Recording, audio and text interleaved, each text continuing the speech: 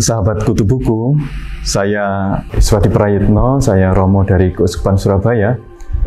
Sehari-hari saya bekerja di Institut Yohanes Maria Vianney, dan salah satu kesukaan saya adalah menulis buku.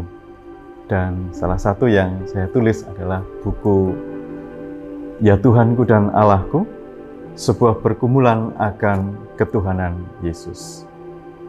Saya menjadi seorang Kristen dalam arti dibaptis itu ketika kelas 5 SD. Tentu saja ada sedikit saja yang saya ketahui tentang iman saya. Pergumulan tentang iman itu semakin menjadi-jadi itu ketika saya masuk ke sebuah sekolah kejuruan, sekolah menengah kejuruan.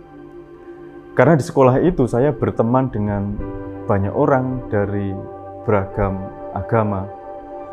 Dan saya punya seorang teman yang cukup akrab dari agama yang lain, dan dalam banyak kesempatan itu kami ngobrol-ngobrol, berbincang-bincang tentang banyak hal. Dan salah satu yang kadang disebut oleh teman saya itu adalah tentang ketuhanan Yesus. Dan karena pertanyaan-pertanyaan dan juga perjumpaan dengan teman saya ini, maka ada beberapa yang membuat saya berpikir, mengapa iman Kristen saya ini kok berbeda dengan iman yang lain? Bagaimana saya menjelaskan soal Tritunggal Maha Kudus? Bagaimana saya menjelaskan terutama soal ketuhanan Yesus? Pertanyaan-pertanyaan semacam ini bermunculan karena memang Yesus tidak pernah menyebut dirinya itu di dalam Alkitab itu secara eksplisit. Oh, aku Tuhan, sembahlah aku. Atau hormatilah aku, pujilah aku. Dia tidak pernah menyebut itu secara eksplisit.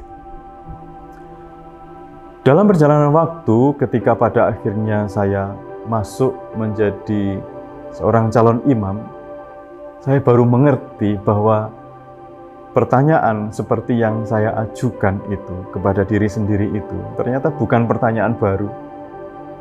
Karena apa? Karena Tuhan Yesus sudah pernah bertanya kepada para muridnya. Kata orang, siapakah anak manusia itu? Lalu dia juga bertanya kepada para muridnya itu, menurutmu, katamu, siapakah anak manusia itu? Pertanyaan semacam ini, pertanyaan tentang identitas Yesus semacam ini semakin kuat nanti di abad kedua dan ketiga. Nanti ada begitu banyak pandangan tentang Tuhan Yesus.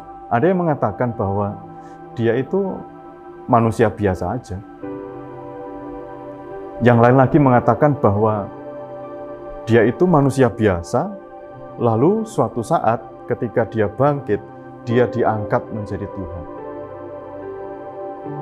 Yang lain lagi nanti mengatakan bahwa, kelompok yang lain lagi mengatakan bahwa tidak, dia itu Tuhan sepenuhnya, yang manusia itu hanya penampakannya aja gitu. Jadi kalau dia disalib begitu, dia nggak merasa sakit apa-apa gitu. Seolah-olah dia manusia. Jadi pertanyaan-pertanyaan yang diskusi yang juga ternyata muncul pada abad kedua, ketiga. Lalu sekitar beberapa tahun yang lalu itu ada novel yang terkenal gitu. Novel kita semuanya tahu ya, Da Vinci Code. Dan di salah satu bagian novel itu dikatakan begini. Pada masa lalu itu memang ada perdebatan mengenai ketuhanan Yesus, sampai akhirnya ketuhanan Yesus itu diputuskan melalui voting Konsili Nisea. Dan sahabat Kutu Buku, setelah diadakan jejak pendapat, ternyata dari novel ini, dampak novel ini cukup besar gitu ya. Karena orang yang dulunya itu percaya kepada Yesus, akhirnya gara-gara novel itu yang mengatakan dia menjadi Tuhan itu di Konsili Nisea, itu akhirnya orang menjadi ragu-ragu dalam jejak pendapat itu. Oke, jadi itu dalam perjalanannya semacam itu. Lalu dalam masa pendidikan itu, pendidikan sebagai calon imam itu, ya tentu saja ada mata kuliah yang mencerahkan, dan setahap demi setahap itu pertanyaan-pertanyaan saya itu mulai terjawab. Memang tidak jelas sepenuhnya sejak awal, tapi setidaknya pertanyaan-pertanyaan itu mulai terjawab. Buku Ya Tuhanku dan Allahku, ini ya, inspirasi dari judul ini adalah sebenarnya kata-kata Thomas. Dia adalah salah seorang murid Yesus yang pada awalnya sangat antusias mengikuti Yesus. Lalu dia berharap banyak bahwa Yesus inilah tokoh yang dia nantikan. Yesus inilah tokoh yang dia harapkan. Sampai akhirnya ternyata Yesus disalib, Yesus mati dan dikuburkan. Dan ini bagi Thomas sangat-sangat mengecewakan, sangat-sangat ya harapannya langsung hilang begitu. Dia pergi meninggalkan kelompok rasul-rasul itu sampai akhirnya rasul-rasul yang lain mengatakan bahwa kami melihat Tuhan.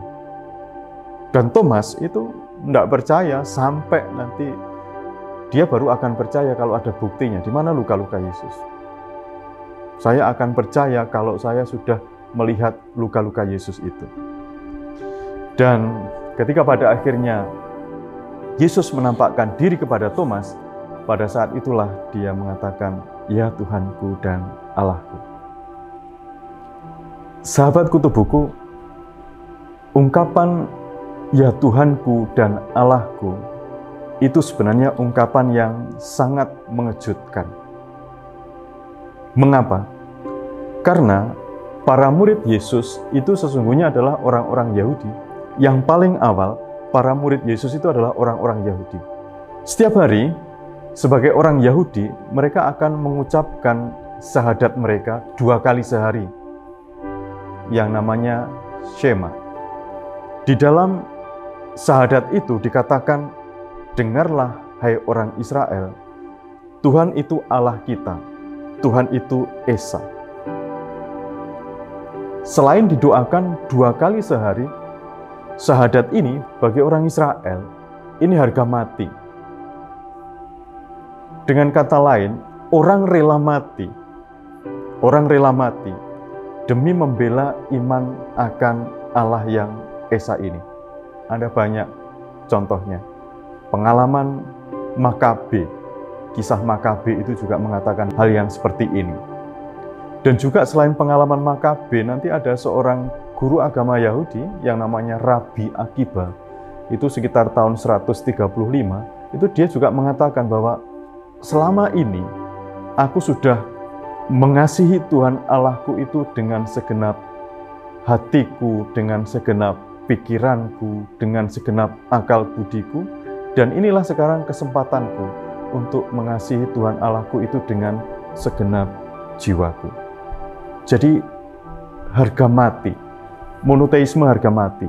Bagi Paulus juga sama, yang dulu namanya Saulus. Itu monoteisme harga mati.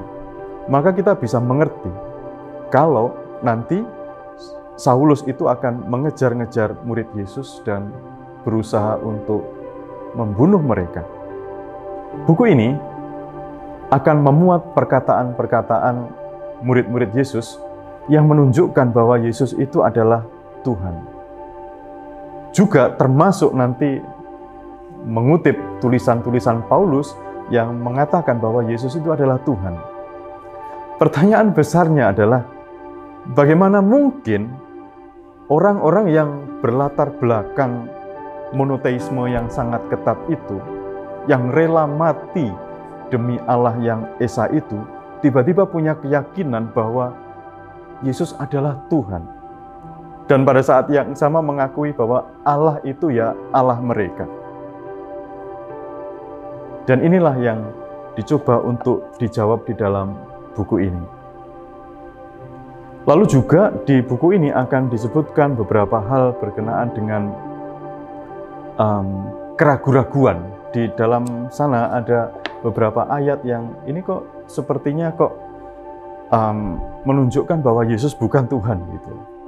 Ini juga akan dicoba dijawab di dalam buku ini. Sahabat Kutu Buku, ya Tuhanku dan Allahku itu gambaran proses bagaimana iman itu tidak sekali jadi, tidak sekali dimengerti dengan jelas, dan itu juga proses yang dialami oleh Thomas. Buku ini akan cocok dibaca oleh orang Kristen dari gereja manapun untuk memperdalam, terutama untuk memperdalam ketuhanan Yesus. Para orang tua, para pengajar agama, atau juga termasuk guru-guru di sekolah, itu juga bisa menggunakan buku ini untuk menjawab pertanyaan-pertanyaan anak-anak muda yang sekarang ini semakin kritis.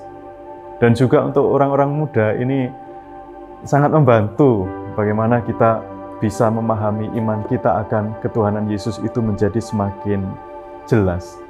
Dan bagi umat yang beriman lain, buku ini juga bisa dibaca karena ini akan berguna untuk menambah wawasan tentang bagaimana orang Kristen memahami ketuhanan Yesus.